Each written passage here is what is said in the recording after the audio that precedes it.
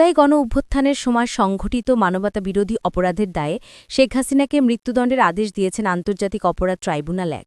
সাবেক স্বরাষ্ট্রমন্ত্রী আসাদুজ্জামান খানকেও মৃত্যুদণ্ড দেওয়া হয়েছে। আরেক আসামি পুলিশের সাবেক মহাপরিদর্শক আইজিপি চৌধুরী আবদুল্লাহ আল মামুনকে দেওয়া হয়েছে ৫ বছরের কারাদণ্ড।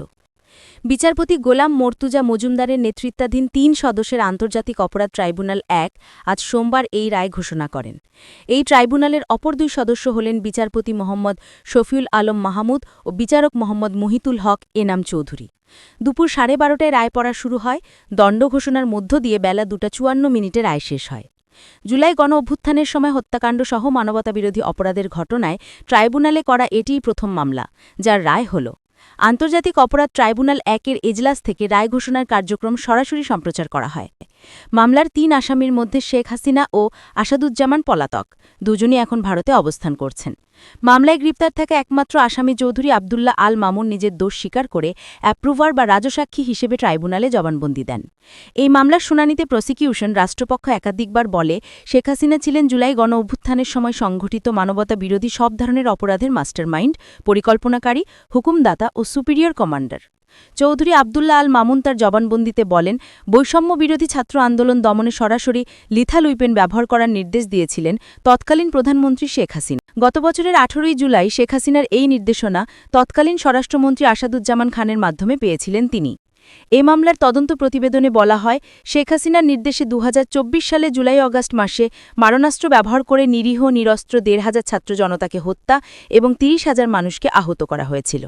এই মামলায় যুক্তিতর্ক উপস্থাপনের সময় শেখ হাসিনা ও আসাদুজ্জামানের সর্বোচ্চ শাস্তি মৃত্যুদণ্ড চেয়েছিল প্রসিকিউশন। একই সঙ্গে তাদের সম্পত্তি বাজেয়াপ্ত করে জুলাইয়ে শহীদ হওয়া পরিবারগুলোর পাশাপাশি আহত জুলাই যোদ্ধাদের মধ্যে হস্তান্তর করতে প্রসিকিউশন আবেদন জানিয়েছিল। এছাড়া সূচনা বক্তব্যের পর এই মামলায় প্রথম সাক্ষী হিসেবে জবানবন্দি দেন জুলাই গণ-অভ্যুত্থানে গুরুতর আহত হওয়া খোকন চন্দ্র বর্মন। তার সাক্ষ্য গ্রহণের মধ্য দিয়ে শেখ হাসিনা সহ ৩ আসামির বিরুদ্ধে আনুষ্ঠানিক বিচার শুরু হয়। এই মামলায় জাতীয় নাগরিক পার্টির আহ্বায়ক নাহিদ ইসলাম সহ মোট ৫৪ জন সাক্ষী জবানবন্দি দেন। সাক্ষ্যগ্রহণ শেষ হয় গত ৮ই অক্টোবর। এরপর যুক্তিতর্ক শুরু হয় ১২ই অক্টোবর, যা শেষ হয় ২৩শে অক্টোবর। সর্বশেষ ১৩ই নভেম্বর ট্রাইব্যুনাল জানান ১৭ই নভেম্বর এই মামলার রায় ঘোষণা করা হবে। মিসকেস থেকে এই মামলার রায় ঘোষণা পর্যন্ত সময় লেগেছে ৩৯৭ দিন। বিগত আওয়ামী লীগ সরকারের আমলে ২০১০ সালের ২৫শে মার্চ আন্তর্জাতিক অপরাধ ট্রাইব্যুনাল যাত্রা শুরু করে।